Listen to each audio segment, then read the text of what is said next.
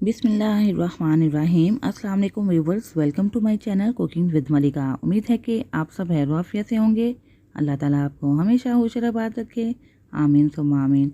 तो व्यूवर्स, आज हम बहुत ही मज़ेदार किस्म के, बहुत ही जल्दी बन जाने वाले और बिल्कुल उन्हीं चीज़ों से बन जाने वाले जो हमारे घरों में मौजूद होती हैं, बनाने जा रहे हैं मटन कोफ्ता करी।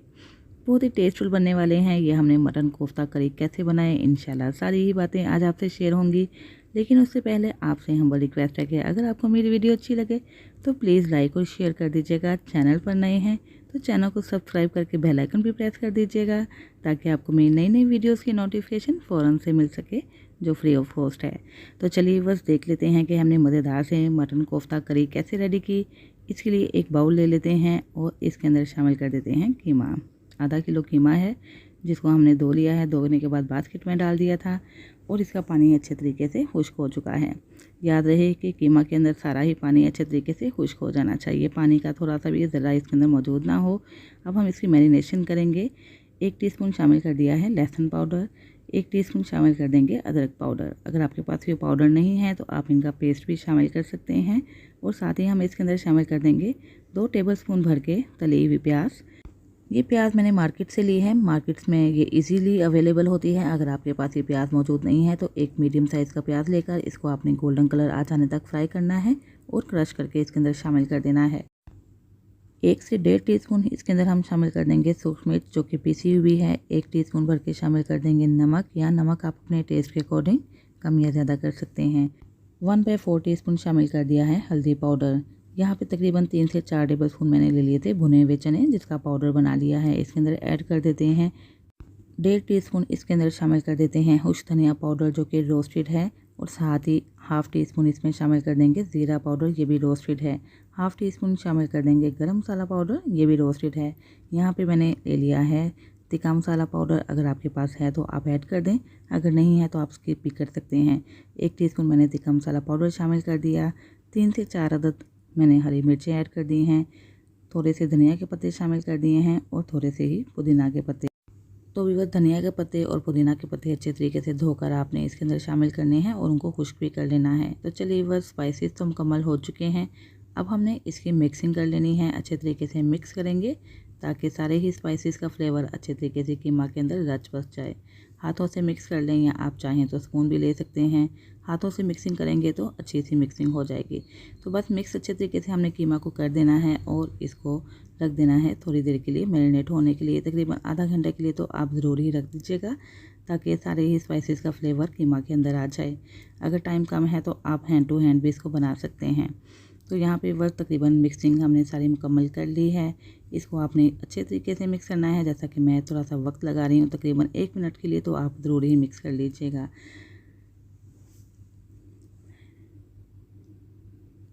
तो ये लीजिए बस मिक्सिंग मुकम्मल हो चुकी है। अब हमने क्या करना है, इसको थोड़ी देर के लिए रख देना है और आधा घंटा रखने के बाद इसको चॉप कर लेंगे।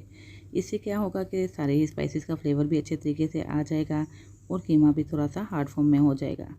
तो चलिए व्यूअर्स, कीमा का एक बैच तो हमने चॉपर के अंदर शामिल कर दिया है। अब हम इसके अंदर एक ब्रेड का पीस टुकड़े टुकड़े करके शामिल कर देते हैं और इसको कर लेते हैं चॉप। ब्रेड डालने का फ़ायदा ये होगा कि बड़ी अच्छी से बाइंडिंग हो जाएगी और ये बिल्कुल भी नहीं टूटेंगे। तो चलिए बस एक बैच रेडी कर दिया है। ये आप मिक्सिंग देख सकते हैं कितनी अच्छे तरीके से हो चुकी है। तो इसी तरह ही हमने दूसरा बैच भी रेडी कर लेना है। बिल्कुल इसी तरह ही चॉप कर लेना है दूसरा बैच भी। तो ये देखिए बस सारा कीमा हमने अच्छे तरीके से चॉप कर लिया है। अब हमने इसके छोटे से बॉल्स बना लेने हैं। हाथों को सबसे पहले ग्रीस कर लेंगे। ग्रीस करने के बाद जितने बड़े या छोटे आपने बॉल्स लेने हैं उतना मटेरियल ले लेना है और उसको राउंड फॉर्म में ले आना है। जिस तरह आप देख सकते हैं कि एक बॉल मैंने रेडी कर लिया है। बिल्कुल इसी तरह ही हमने दोबारा से मटेरियल पकड़ना है, इसको थोड़ा सा प्रेस करना है हाथों की मदद से और राउंड शेप दे देनी है। बिल्कुल गोल सी शेप दे देंगे और इस तरह हमारा दूसरा कोफ्ता भी रेडी हो चुका है। तो बस इसी तरह ही हमने सारे ही कोफ्ते रेडी कर लिए हैं। ऑयल हमने गर्म होने के लिए रख दिया है। तो चलिए बस इसको फ्राई करने की तरफ चलते हैं। तो यहाँ पे बस ऑयल गर्म कर लिया है। ऑयल गर्म करने के बाद आपने फ्लेम मीडियम टू लो कर देना है और मीडियम टू लो फ्लेम पे हमने इन सारे ही कोफ्तों को फ्राई करना है, क्रिस्पी और गोल्डन कलर आ जाने तक। कोफ्तों को फ्राई करने का फ़ायदा ये होगा कि बहुत ही अच्छा फ्लेवर और टेक्सचर आ जाएगा करी के अंदर। तो ये देखिए बस तकरीबन 7 से 8 मिनट तक हमने मीडियम टू लो फ्लेम पे कोफ्तों को फ्राई कर लिया है। ये बिल्कुल गोल्डन कलर में भी आ चुके हैं और क्रिस्पी भी हो चुके हैं। तो बस इसी फॉर्म में आके हमने सारे ही कोफ्तों को ऑयल से बाहर निकाल लेना है। इसको रख देते हैं एक साइड पे। उसी बर्तन में जिसमें हमने कोफ्ते फ्राई किए हैं, ऑयल को थोड़ा सा कम कर लेंगे और उसके अंदर शामिल कर देंगे प्याज का पेस्ट। 2 अदद प्याज मैंने लेकर उसका पेस्ट बना लिया है। प्याज का साइज़ भी आपको दिखा दिया है, तकरीबन मीडियम साइज़ का प्याज था। तो इस पेस्ट को हमने ऑयल के अंदर शामिल करके गोल्डन कलर आ जाने तक फ्राई कर लेना है। इंशाल्लाह 4 से 5 मिनट में ही मीडियम फ्लेम पे इसका कलर गोल्डन हो जाएगा। तो यहाँ पे बस प्याज का कलर गोल्डन हो चुका है। अब हम इसके अंदर शामिल कर देते हैं लहसुन अदरक का पेस्ट, जो कि हाफ़ टी स्पून है। इसके अंदर ऐड करके इसको भी हमने फ्राई करना है तकरीबन 1 से 2 मिनट के लिए, ताकि लहसुन अदरक की रॉ स्मेल भी ख़त्म हो जाए और एक अच्छा सा फ्लेवर भी आ जाए। तो जैसे जैसे इनको फ्राई करेंगे एक अच्छी सी खुशबू भी आएगी और इसी तरह का एक अच्छा सा टेक्सचर भी आएगा सालन के अंदर। तो चलिए बस लहसुन अदरक को फ्राई करने के बाद हमने हरी मिर्चें 2 अदद काट रखी हैं, इसके अंदर शामिल करके इसको भी चंद सेकंड के लिए फ्राई कर लेते हैं। तो आइए बस अब हम मसाले शामिल कर देते हैं। 1 टीस्पून शामिल कर दिया है सूरज मिर्च पाउडर। मसाले आप अपने टेस्ट के अकॉर्डिंग कम या ज़्यादा कर सकते हैं। 3/4 टीस्पून शामिल कर दिया है नमक। 1/4 टीस्पून शामिल कर दिया है हल्दी पाउडर। हाफ़ टी स्पून इसमें शामिल कर देंगे गरम मसाला पाउडर, जो कि रोस्टेड है। इसी तरह हाफ़ टी स्पून शामिल कर देंगे ज़ीरा पाउडर, ये भी रोस्टेड है। 1 टीस्पून इसमें शामिल कर देंगे खुश्क धनिया पाउडर, ये भी रोस्टेड है। रोस्टेड चीज़ें ऐड करेंगे तो बहुत ही अच्छा फ्लेवर आता है सालन के अंदर। तो चलिए बस इन सारे ही मसालों को अच्छे तरीके से फ्राई करेंगे तकरीबन 1 से 1.5 मिनट के लिए। मीडियम टू लो फ्लेम पे फ्लेम स्लो करना है ताकि स्पाइसेस जल ना जाए। तो यहाँ पे बस हमने सारे ही स्पाइसेस को फ्राई कर लिया है।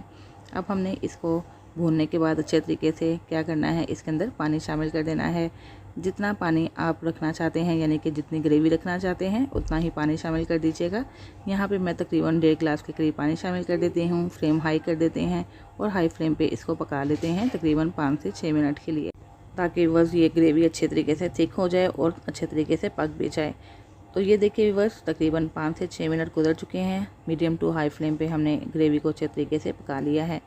अब हमने क्या करना है, इसके अंदर शामिल कर देने हैं कोफ्ते, जो कि हमने फ्राई करके रखे हैं। कोफ्ते फ्राई करने के बाद इसको मिक्स कर लेंगे और तकरीबन 4 से 5 मिनट के लिए कुक कर लेंगे।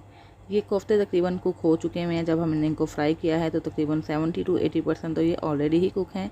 बस 4 से 5 मिनट और पकाएंगे तो ये अच्छे तरीके से अंदर तक पक जाएंगे। तो ये लीजिए बस कोफ्ते रेडी हैं। अब हमने इसके अंदर थोड़ी सी हरी मिर्चें, थोड़ी सी सूरख मिर्चें और साथ ही थोड़ा सा हरा धनिया कट करके और धोकर इसके अंदर शामिल कर दिया है। इसको मिक्स कर लेते हैं। तो मज़ेदार से मटन कोफ्ता करी हो चुके हैं रेडी। इसको कर लेते हैं डिश आउट। बहुत ही मज़ेदार से कोफ्ता करी बने हैं। इस रेसिपी को आपने ज़रूर ट्राई करना है और ट्राई करने के बाद फीडबैक देना मत भूलिएगा। इसको आप चपाती के साथ खाएँ, खमीरी रोटी के साथ खाएँ या नान के साथ इंजॉय कीजिए। इंशाल्लाह आपको हर लिहाज से ही बहुत मज़ा आएगा। उम्मीद है व्यूअर्स आपको मेरी ये रेसिपी पसंद आई होगी। इसके साथ ही इजाज़त चाहती हूँ, फिर हाजिर होंगी एक नई रेसिपी के साथ। अपना बहुत सा ख्याल रखिएगा, मुझे भी दुआ में याद रखिएगा। अल्लाह हाफ़िज़।